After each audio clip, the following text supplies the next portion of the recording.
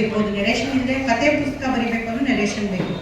So ಅದನ್ನು ನಾವು ಈಗಿನ ಒಂದು ಜನ್ರೇಷನ್ಗೆ ನಮಗೆ ನಮ್ಮ ಭಾರತೀಯ ಕಲ್ಚರು, ಹೆರಿಟೇಜು, ನಮ್ಮದೇನಿದೆ ಸಂಸ್ಕೃತಿ ಸಂಸ್ಕಾರಗಳು, ವೇದಿಕ್ ಕಲ್ಚರು, ಇದನ್ನೆಲ್ಲದನ್ನು ಅವರಿಗೆ ಒಂದು ಕರಗತ ಮಾಡೋದಕ್ಕೋಸ್ಕರ ನಾವು ವರ್ಕ್ಶಾಪ್ ಮಾಡ್ತಾ ಇದ್ದೀವಿ.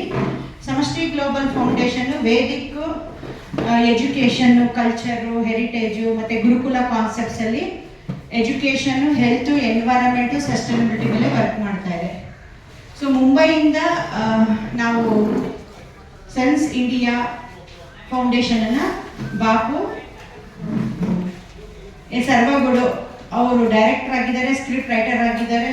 ಅವರು 20 ವರ್ಷದಿಂದ ಸತತವಾಗಿ ತಮ್ಮ ಕಾರ್ಯಕ್ರಮಗಳನ್ನು, ವರ್ಕ್ಶಾಪ್ಸನ್ನು, ಎಕ್ಸ್ಪರ್ಟೈಸೇಷನ್ನ ಇಂಡಸ್ಟ್ರಿಗೆ ಕೊಟ್ಟು ಅವರು ಆದಷ್ಟು ಭಾರತೀಯ ಕಲ್ಚರನ್ನು ರಿಸ್ಟೋರ್ ಮಾಡಿದ್ದಾರೆ.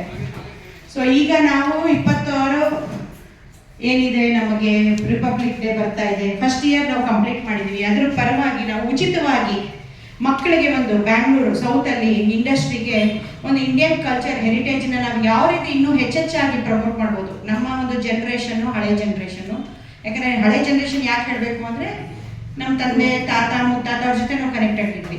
ಈಗ ನಾವು ಹೊಸ ಜನ್ರೇಷನ್ಗೆ ನಾವು ಗೊತ್ತು, ಆದರೆ ನಮ್ಮ ಕಲ್ಚರು, ಹೆರಿಟೇಜು ಅವ್ರಿಗೆ ಮನೆಗೆ ತರಿಸೋದು ನಮ್ಮ ಒಂದು ಜವಾಬ್ದಾರಿ ಅಂದ್ಕೊಂಡು ನಾವು ಈಗ ಸಮಷ್ಟಿ ಗ್ಲೋಬಲ್ ಫೌಂಡೇಶನ್ ಮತ್ತು ಏನಿದೆ ಸೆನ್ಸ್ ಇಂಡಿಯಾ ಫೌಂಡೇಶನ್ನು ಇಬ್ಬರು ಸತತವಾಗಿ ಭಾರತವಿಡೀ ಗ್ಲೋಬಲಿ ನಮ್ಮ ಭಾರತದ ಸನಾತನ ಸಂಸ್ಕಾರ ಆಗಿರ್ಬೋದು ಅಥವಾ ವೇದಿಕ್ ಕಲ್ಚರ್ ಇರ್ಬೋದು, ಅದನ್ನೆಲ್ಲದನ್ನು ನಾವು ಹೇಗೆ ಕರಗತ ಮಾಡೋದು ಮಕ್ಕಳಿಗೆ.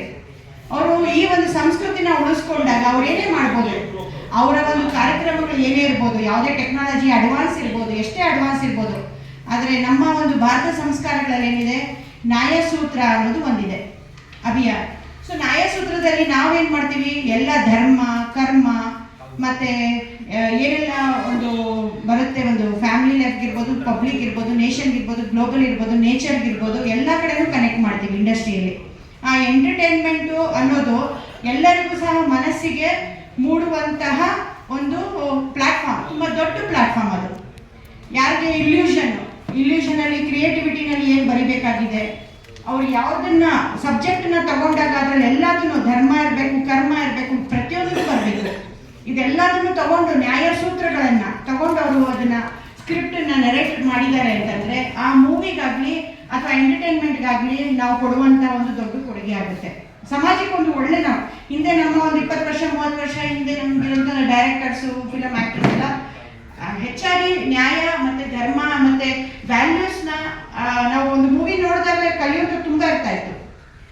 ಒಂದು ಇವಾಗ ಏನು ಸೆನ್ಸಾರ್ ಬೋರ್ಡ್ ಅಂತ ನಾವು ಹೇಳ್ತೀವಿ, ಆದರೆ ಸೆನ್ಸಾರ್ ಬೋರ್ಡ್ ನಿಜವಾಗ್ಲೂ ಅಪ್ಲೈ ಆಗಿದೆಯಾ ಇಲ್ವ ಅಂತಾನೆ ಕ್ವಶನ್ ಬಂದ್ಬಿಡುತ್ತೆ. ಆ ಬಟ್ಟೆಗಳು, ಆ ಡೈಲಾಗ್ಸು ಅದೆಲ್ಲ ನೋಡ್ತಾ ಇದ್ರೆ ಸೆನ್ಸಾರ್ ಬೋರ್ಡ್ ಅಂತ ಇದೆ, ಬಟ್ ಸೆನ್ಸಾರ್ ಬೋರ್ಡ್ಗೆ ಏನು ಪ್ರೋಟೋಕಾಲು, ಆ ಪ್ರೋಟೋಕಾಲ್ಗೆ ವಿರುದ್ಧವಾಗಿ ಮೂವೀಸ್ ಎಲ್ಲ ರಿಲೀಸ್ ಆಗ್ತಿದೆ. ಯಾಕಂದರೆ ನಮ್ಮ ಕಲ್ಚರ್ ಅನ್ನೋದು ಇವತ್ತು ಡಿಮಿಶ್ ಆಗ್ತಾ ಹೋಗ್ತಾ ಇದೆ. ಸೊ ಇದರಿಂದ ವಿಕೃತಿಗಳು ಮಕ್ಕಳ ಮೇಲೆ ಬರುವಂಥ ಸಮಾಜದ ಮೇಲೆ ಹೆಚ್ಚೆಚ್ಚಾಗಿ ತಪ್ಪು ಪರಿಣಾಮಗಳು ಹೊರಿಸುತ್ತೆ. ಅದಕ್ಕಾಗಿ ಬಾಪು ಸರ್ವಗುಡು ಅವರು 20 ವರ್ಷದಿಂದ ಸತತವಾಗಿ ತಮ್ಮ ಒಂದು ಕಾರ್ಯಕ್ಷೇತ್ರದಲ್ಲಿ ಒಂದು ಇಂಡಿಯನ್ ಫಿಲಾಸಫಿನ ಮತ್ತು ಒಂದು ನ್ಯಾಯಸೂತ್ರಗಳನ್ನು ಮತ್ತು ಧರ್ಮ, ಕರ್ಮ ಇವುಗಳನ್ನೆಲ್ಲ ಅವರು ಹೆಚ್ಚೆಚ್ಚಾಗಿ ಪ್ರಮೋಟ್ ಮಾಡಿದ್ದಾರೆ. ಅವರಿಂದ ಸುಮಾರು ಜನ ಪ್ರಭಾವಿತರಾಗ್ಬಿಟ್ಟು ಅವರಿಂದ ಫಿಲಮ್ ಇಂಡಸ್ಟ್ರಿನಲ್ಲಿ ಒಳ್ಳೊಳ್ಳೆ ಮೂವೀಸ್ನ ಅಥವಾ ನಿರ್ದೇಶಕರು ಆಗಿರ್ಬೋದು, ಸ್ಕ್ರಿಪ್ಟ್ ರೈಟರ್ಸ್ ಆಗಿರ್ಬೋದು, ಅಥವಾ ಯಾರೇ ಆಗಿರ್ಬೋದು, ಅವರೆಲ್ಲರೂ ಸಹ ಅದನ್ನು ತುಂಬ ಚೆನ್ನಾಗಿ ನೆರೇಟಿವ್ಸ್ನ ಅವರು ಮುಂದೆ ತಗೊಂಡೋಗಿದ್ದಾರೆ. ಅವರು ತುಂಬ ಚೆನ್ನಾಗಿ ಅವರು ತಮ್ಮ ಒಂದು ಕಾಂಟ್ರಿಬ್ಯೂಷನ್ಸ್ನ ಕೊಟ್ಟಿದ್ದಾರೆ. ಈಗ ಕರ್ನಾಟಕದಲ್ಲಿ ನಾವು ಸೌತಲ್ಲಿ ಮೊಟ್ಟ ಮೊದಲಿಗೆ ನಾವು ಸಮಷ್ಟಿ ಗ್ಲೋಬಲ್ ಫೌಂಡೇಶನ್ ಜೊತೆ ಭಾರತವಿಡೀ ಅವ್ರ ಜೊತೆ ಕೆಲಸ ಮಾಡೋದಕ್ಕೋಸ್ಕರ ಫಸ್ಟ್ ನಾವು ಬೆಂಗಳೂರಿಂದ ಶುರು ಮಾಡೋಣ ಅಂತ ಅಂದ್ಬಿಟ್ಟು ನಮ್ಮ ಬೆಂಗಳೂರು ಕರ್ನಾಟಕದಲ್ಲಿ ನಮ್ಮ ಫಿಲಮ್ ಇಂಡಸ್ಟ್ರಿನಲ್ಲಿ ಬಜೆಟ್ ಎಷ್ಟೇ ಕಡಿಮೆ ಇದ್ರೂ ಅದರಲ್ಲಿ ಏನಾದರೂ ನ್ಯಾಯಪೂರ್ಣ ಅದು ಮಾರಲ್ ವ್ಯಾಲ್ಯೂಸ್ ಇದೆ ಅಂದರೆ ಆ ಮೂವಿ ಹಿಟ್ ಆಗ್ಬಿಡುತ್ತೆ, ಗ್ಲೋಬಲ್ ಹಿಟ್ ಆಗ್ಬಿಡುತ್ತೆ. ಯಾಕಂದರೆ ನಮ್ಮ ಕರ್ನಾಟಕದ್ದು ತುಂಬಾ ಕ್ವಾಲಿಟಿ ಇದೆ. ಇಲ್ಲಿ ನಾವು ಬಜೆಟ್ ನೋಡೋದಿಲ್ಲ, ಆ ಮೂವಿನಲ್ಲಿ ಏನು ಒಂದು ವ್ಯಾಲ್ಯೂಸ್ ಇದೆ, ಆ ವ್ಯಾಲ್ಯೂಸಲ್ಲಿ ಏನಾದರೂ ಒಂದು ಇತ್ತು ಅಂದರೆ ಇಲ್ಲಿನವ್ರಿಗೆ ಅದು ಅದೇ ಥರ. ಅದಕ್ಕೋಸ್ಕರ ಅವರನ್ನ ನಾವಿಲ್ಲಿ ಬರಕ್ಕೆ ಹೇಳಿದ್ದೀವಿ.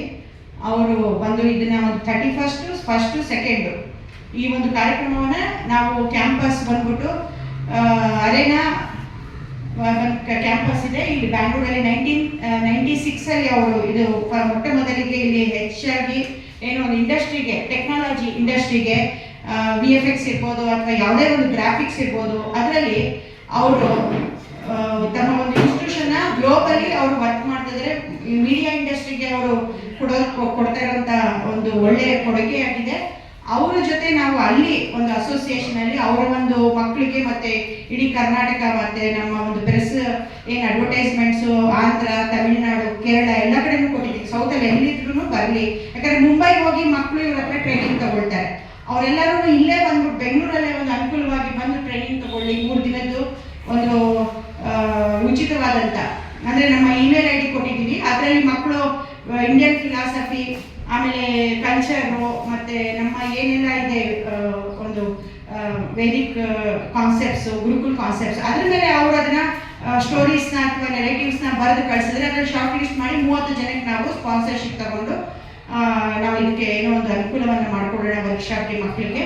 ಇನ್ನು ಪ್ರೊಫೆಷನಲ್ಸ್ ಯಾರೇ ಇರ್ಬೋದು ಆಸಕ್ತರು, ಅವ್ರು ಬಂದು ಒಂದು ಸ್ಮಾಲ್ ಒಂದು ಟೋಕನ್ ಆಫ್ ಕಾಂಟ್ರಿಬ್ಯೂಷನ್ ಅಂತ ಒಂದು ಸ್ಮಾಲ್ ಅವ್ರು ಏನಿದೆ ಅವ್ರು ಫೀಸ್ ಕೊಡ್ಬೋದು. ಅವ್ರು ಬರ್ತಾರೆ, ಅವ್ರದ್ದು ಖರ್ಚು ವೆಚ್ಚಗಳನ್ನ ನಿಭಾಯಿಸೋಕ್ಕೋಸ್ಕರ.